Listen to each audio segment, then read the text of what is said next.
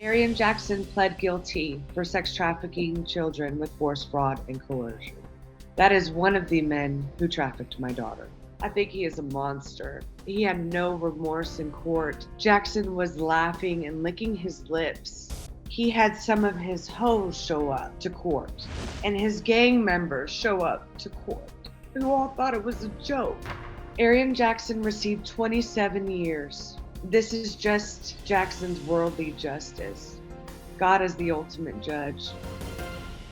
Do you think he knows where she is? I believe he does.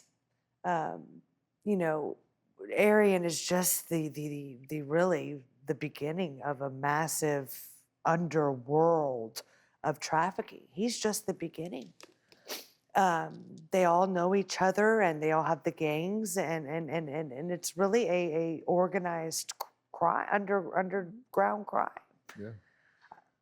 But you say a year after she went missing, the DA found a picture of her on an escort site. This was Houston DA that sent me this picture. Okay. I went to Atlanta to look for her.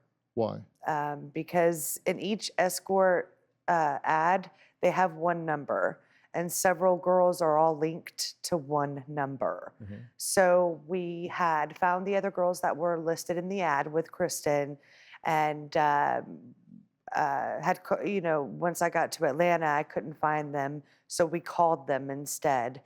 And in the end, they said they hadn't seen Kristen, and she wasn't there. Okay. Were some of those girls in Atlanta? Yes. Okay. So you thought maybe they'd moved her there? Yes, correct. To maybe make her less recognizable. Right. Too hot in Harris County, so right. Too many people looking for her. Yes. Okay. Do they move these girls around a lot? Yes. So what we will typically see is, if there's a girl in Houston, within a couple of days, we could find her in Florida. We could find her here in California. Oklahoma, we had a child that in 2 days we found in Oklahoma from Dallas. And so it is very common to see them move them around to these different hubs. So Houston is just one of many.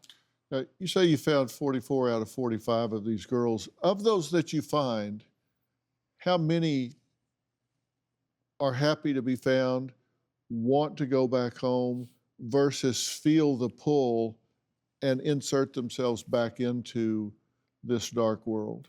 So there is recidivism in this highly. On average, a victim will actually go back to their trafficker 7 times.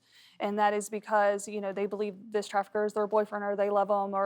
And unfortunately, what we see is a lot of the children, because we recover children, so a lot of these children don't have families. They are products of the system, and so they're in foster care or they're in these horrible group homes.